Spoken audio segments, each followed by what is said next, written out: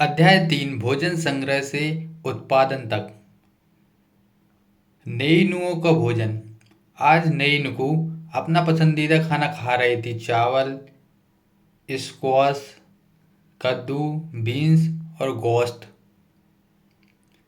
Squash, कद्दू और beans उसकी नानी ने अपने घर के पिछवाड़े के छोटे से बगीचे में उगाया था। खाते खाते नई नुओं को पिछले दिनों अपने स्कूल की तरफ से की गई यात्रा के दौरान मध्य प्रदेश के खाए खाने की याद आ गई। वह कितना मसालेदार था। पर वह ऐसा क्यों था? विभिन्न प्रकार के भोजन। आज हमें अपने भोजन का अधिकांश हिस्सा उगाई गई फसलों और पाले गए पशुओं में से मिलता है। भिन्न भिन्न फसलों को उगाने के लिए भिन्न भिन्न जलवायु की आवश्यकता पड़ती है। जैसे धान की खेती के लिए गेहूं या जौ की तुलना में ज़्यादा पानी की जरूरत होती है। इसीलिए हम देखते हैं कि किसान विशेष फसल विशेष क्षेत्रों में ही उगाते हैं। यही नहीं, पशुओं को भी अपने अनुकूल वातावरण की आवश्यकता होती है। उदाहरण के तौर पर हम देख सकते हैं कि सूखी और पहाड़ी जलवायु में मवेशियों की तुलना में भेड़ या बकरी अधिक सहजतापूर्वक जीवित रह सकते हैं। पर जैसा कि तुमने अध्याय 2 में पढ़ा है, स्त्री पुरुषों ने अपने भोजन का उत्पादन हमेशा नहीं किया। खेती और पशुपालन की शुरुआत। अध्याय 2 में हमने पढ़ा है कि दुनिया की जलवायु बदलती रहती है, साथ ही लोग जिन जिन वनस्पति और पशुओं का भोजन के रूप में इस्तेमाल करते हैं वे भी बदलते रहे। लोगों का ध्यान कुछ बातों की ओर गया, जैसे खाना खाने योग्य वनस्पति कहाँ कहाँ मिल सकती है, बीज कैसे अपने डंठल से टूट कर गिरते हैं, गिरे बीजों का अंकुरण और उनसे पौधों का निर्माण आदि। इसी तरह उन्होंने पौधों की देखभाल करनी शुरू कर दी होगी। चिड़िया और जानवरों से पौधों की सुरक्षा की होगी ताकि वे ठीक से बढ़ सकें और उनके बीज पक सकें। इस प्रकार धीरे धीरे वे कृषक बन गए होंगे। इसी तरह लोगों ने अपने घरों के आसपास चारा रखकर जानवरों को आकर्षित कर उन्हें पालतू बनाया होगा। सबसे पहले जिन जंगली जानवरों को पालतू बनाया गया होगा वह कुत्ते और जंगली पूर्वज थे। सबसे पहले जिन जंगली जानवरों को पालतू बनाया गया होगा वह कुत्ते का जंगली पूर्वज था। धीरे धीरे लोग भेड़, बकरी, गाय और सुअर जैसे जानवरों को अपनी ओर घरों के नजदीक आने को उत्साहित करने लगे। ऐसे जानवर झुंड में रहते थे और ज्यादातर घास खाते थे। अक्सर लोग अन्य जंगली जानवर के आक्रमण से इनकी सुरक्षा किया करते थे और इस तरह धीरे धीरे वे पशुपालन पालक बन गए होंगे। क्या तुम बता सकती हो कि सबसे पहले कुत्तों को ही पालतू क्यों बनाया गया? चलिए, बचने की प्रक्रिया। लोगों द्वारा पौधे उगाने और जानवरों की देखभाल करने को बचने की प्रक्रिया का नाम दिया गया है। अपनाए गए ये पौधे तथा जानवर अक्सर जंगली पौधे तथा जानवरों से भिन्न होते हैं। इसकी वजह यह है कि बचने की प्रक्रिया की दिशा में अपनाए गए पौधा या जानवरों का लोग चयन करते हैं। उदाहरण के तौर पर लोग उन्हीं पौधों तथा जानवरों का चयन करते हैं जिनके बीमार होने की संभावना कम हो। यही नहीं, लोग उन्हीं पौधों को चुनते हैं जिनसे बड़े दाने वाले अनाज पैदा होते हैं, साथ ही जिनकी मजबूत डंठल अनाज के पके दानों के भार को संभाल सके।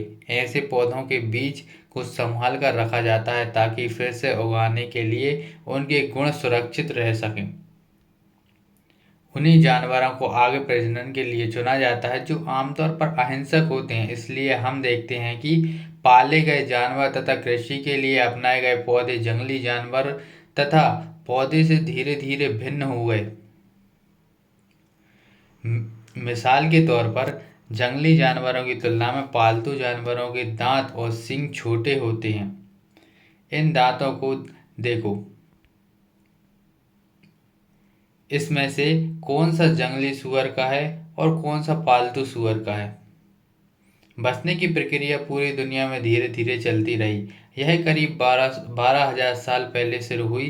वास्तव में आज हम जो भोजन करते हैं वो इसी बचने की प्रक्रिया की वजह से है। कृषि के लिए अपनाई गई सबसे प्राचीन फसल में गेहूं तथा जौ आते हैं। उसी तरह सबसे पहले पालतू बनाए गए जानवरों में कुत्ता के बाद भेड़, बकरी आते हैं। एक नवीन जीवन शैली।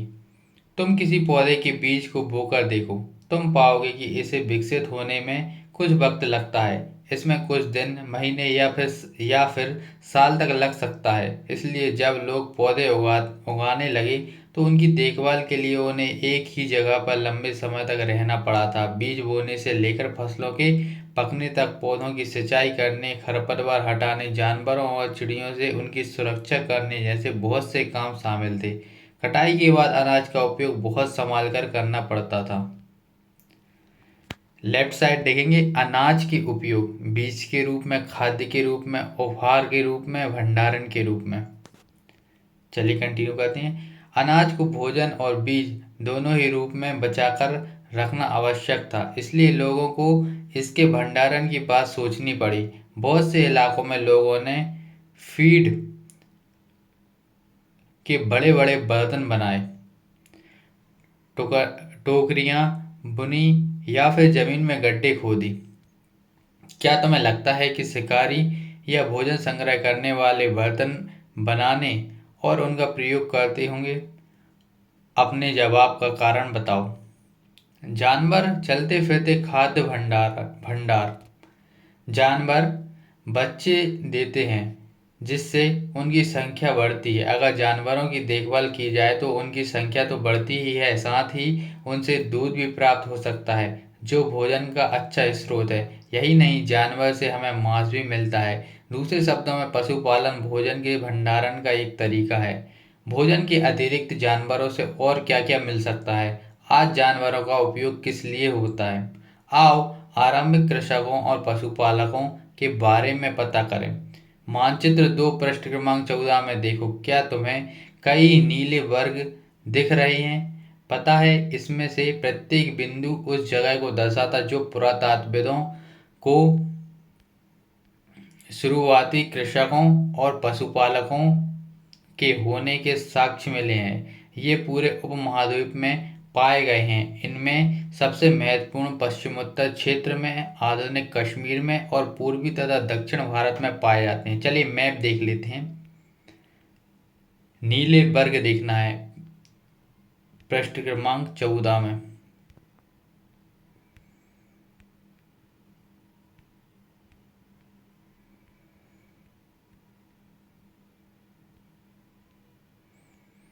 ये देखिए, ये नीले वर्ग मेहगर कश्मीर में, मेहगर पाकिस्तान में, बोझ होम कश्मीर साइड है। कोल्डी हवा, मेहगड़ा, चिरौन, दावजली हेडिंग, हल्लूर, पयमपल्ली। चलिए वापस अपन पेज नंबर 24 पे आते हैं।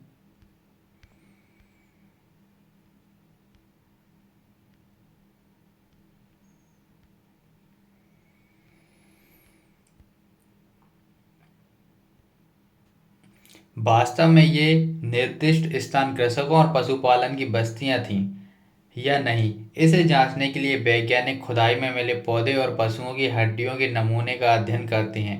इसमें से सबसे रोचक जले हुए अनाज के दानों के अवशेष हैं। ऐसा लगता है कि ये गलती से या फिर जानबूझकर जलाए गए होंगे। वैज्ञानिक इन अनाज के दानों को पहचान कर सकते हैं। इस तरह हमें पता चलता है कि इस उपमहाद्वीप में विभिन्न भागों में बहुत सारी फसलें उगाई जाती रही होंगी। वैज्ञानिक विभिन्न जानवरों की हड्डियों को भी पहचान कर सकते हैं। नीचे की तालिका से तुम यह जान सकते हो कि कहाँ कहाँ अनाजों और पालतू जानवरों की हड्डियों के अवशेष मिले हैं। गेहूँ, जौ, भेड़, बकरी, मवेशी, ये मेहगढ़ जो आधुनिक पाकिस्तान है वहाँ से मिले हैं। चावल, जानवरों की हड्डियों के टुकड़े, ये कोल्डी हवा आधुनिक उत्तर प्रदेश में ये मिला है। चावल, मवेशी, मिट्टी पर खुर के निशान, मेहगढ़ा आधुनिक उत्तर प्रदेश। गेहूँ और दलहन, गुफक्राल आधुनिक कश्मीर। गेहूँ और दलहन, कुत्ते, मवेशी, भैंस, भेड़, बकरी, बुलहोम आधुनिक कश्मीर। गेहूँ, हरे चने, जौ, भैंस, बैल, चिरौंद आधुनिक बिहार। ज्वार, बाजरा, मवेशी, भेड़, बकरी, सुअर, हल्लूर आधुनिक आंध्र प्रदेश। काला चना, ज्वार, बाजरा, मवेशी, भेड़, सुअर, पय्यमपल्ली आधुनिक आंध्र प्रदेश। जिन जगहों पर अनाज तथा हड्डियों के अवशेष मिले हैं ये उनमें से सिर्फ कुछ ही हैं। स्थायी जीवन की ओर। पुरातात्विदों को कुछ पुरास्थलों पर झोपड़ी और घरों के निशान मिले हैं, जैसे कि वो जो हम वर्तमान कश्मीर में कि लोग गड्ढे के नीचे घर बनाते थे, जिन्हें गर्तबास कहा जाता था। इसमें उतरने के लिए सीढ़ियां होती थी, जिससे उन्हें ठंड के मौसम में सुरक्षा मिलती होगी। पुरातात्विदों को झोपड़ी के अंदर और बाहर दोनों ही स्थान पर आग जलाने की जगह मिली हैं। ऐसा लगता है कि लोग मौसम के अनुसार घर के अंदर या बाहर खाना पकाते होंगे।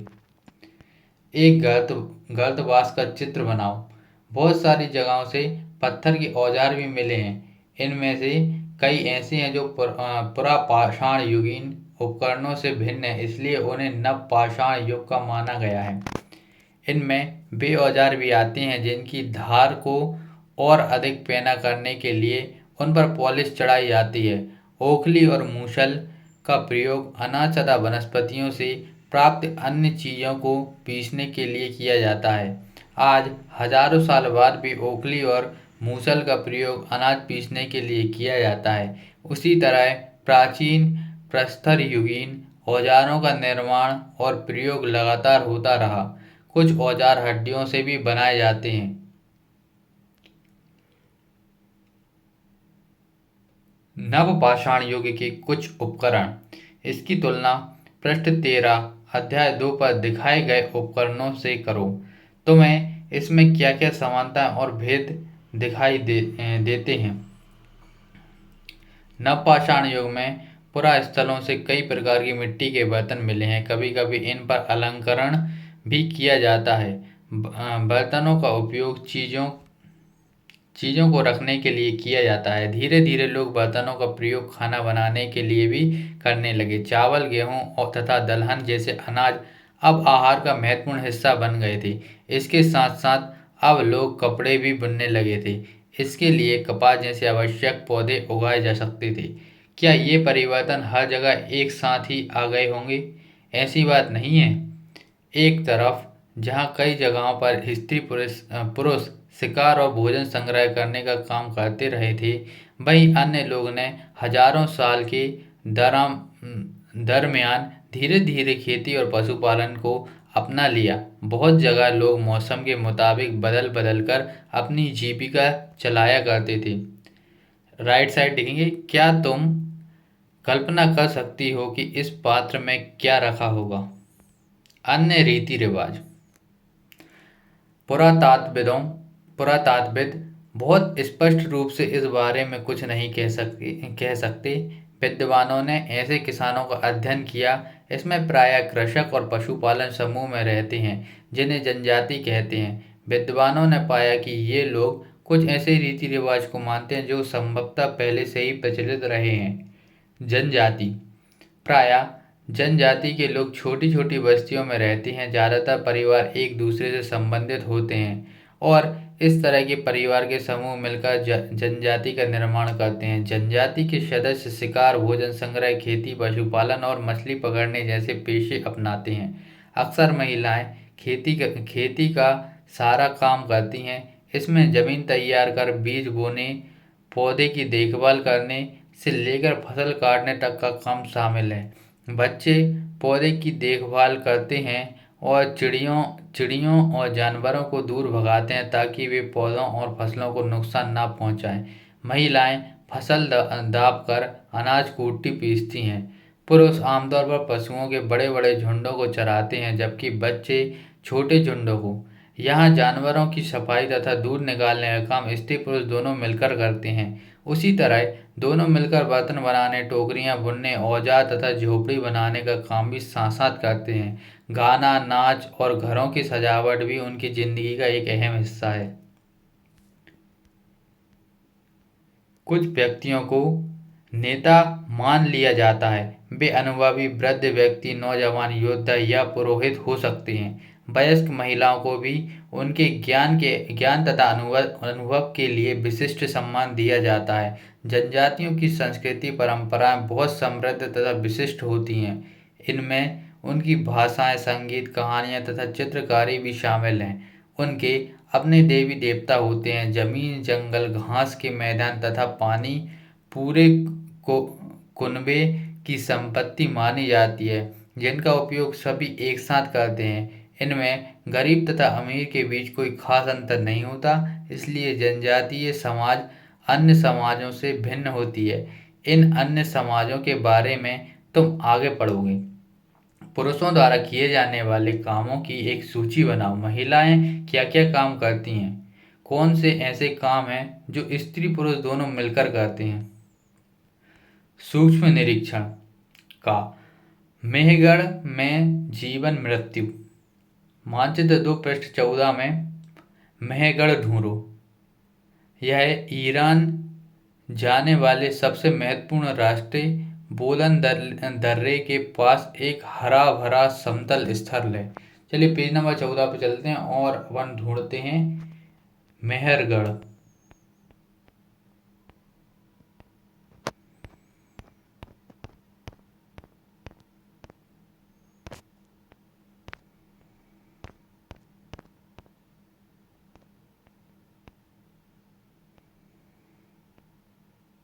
पेज नंबर 14 यहाँ पे मेहरगढ़।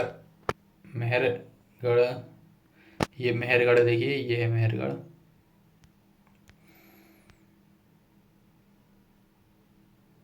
आ जाते हैं नीचे।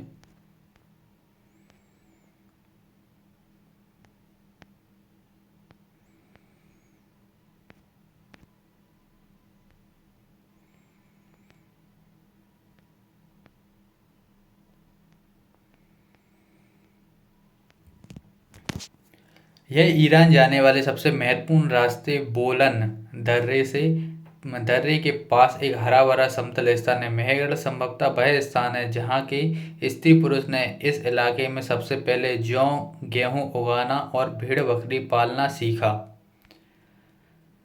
यहाँ खुदाई में सबसे पहले पहले के स्तर में पुरातात्विदों को विभिन्न प्रकार के जानवरों की हड्डियां मिली, जिसमें हिरन तथा सुअर जैसे जंगली जानवरों की हड्डियां भी शामिल थीं। इसके बाद स्तरों से भेड़ और बकरियों की हड्डियां ज़्यादा मिली हैं। उसके ऊपर ज़्यादातर मवेशियों की ही हड्डियां मिली हैं। इससे ऐसा लगता है कि ये लोग मवेशियों को पालने लगे थे। गांव, लेफ्ट साइड देखें। गांव की यह विशेषता है कि वहां रहने वाले अधिकांश लोग भोजन उत्पादन के लिए लगे होते हैं। आगे बढ़ते हैं। मेहरगढ़ में इसके अलावा चौकोर तथा आयताकार घरों के अवशेष भी मिले हैं। प्रत्येक घर में 4 या उससे ज़्यादा कमरे हैं। इनमें से कुछ संभवतः भंडारण के काम आते हैं। पहले और बाद के स्तर। जब पुरातात्विदों ने किसी जगह की खुदाई करते हैं तो वे कैसे समझते हैं कि कौन से स्तर पहले के हैं और कौन से बाद के हैं? इस चित्र को देखो। मान लो लोगों ने सबसे पहले समतल भूमि स्थल फोर पर रहना शुरू किया। आमतौर पर लोग जहाँ रहते हैं, घर टूटने पर दोबारा वहीं घर बना लेते हैं। टूटे फूटे सामान और कूड़ा करकट भी घरों के आसपास जमा होते रहते हैं। इस कारण से बस्ती की जमीन धीरे धीरे ऊंची होती रहती है और फिर सैकड़ों सालों बाद वहां एक टीला बन जाता है। इसीलिए जब टीले की खुदाई की जाती है तो उसका सबसे निचला स्तर सबसे पुराना होता है और उसके बाद के स्तर बाद के युगों के होते हैं। यही ऊपरी तथा निचली तह आमतौर पर स्तर के रूप में जानी जाती है। स्तर 2 और 3 को देखो, कौन सा ज्यादा पुराना है? मृत्यु के बाद सामान्यतः मृतक के सगे संबंधी उसके प्रति सम्मान जताते हैं। लोगों की आस्था है कि मृत्यु के बाद भी जीवन होता है, इसलिए कब्रों में मृतकों के साथ कुछ सामान भी रखे जाते हैं। मेहरगढ़ में ऐसी कई कब्रें मिली हैं। एक कब्र में एक मृत के साथ एक बकरी को भी दफनाया गया था। संभवतः इसे परलोक में मृतक के खाने के लिए रखा गया होगा। राइट साइड में देखेंगे चित्र, उसके नीचे आप पढ़ेंगे मेहरगढ़ में घर का चित्र। मेहरगढ़ के घर शायद ऐसे दिखते हो। तुम जिस घर में रहते हो उसके साथ इस घर की क्या समानता है? मेहरगढ़ की कब्र का चित्र। क्या तुम बकरी के कंकाल को पहचान सकते हो?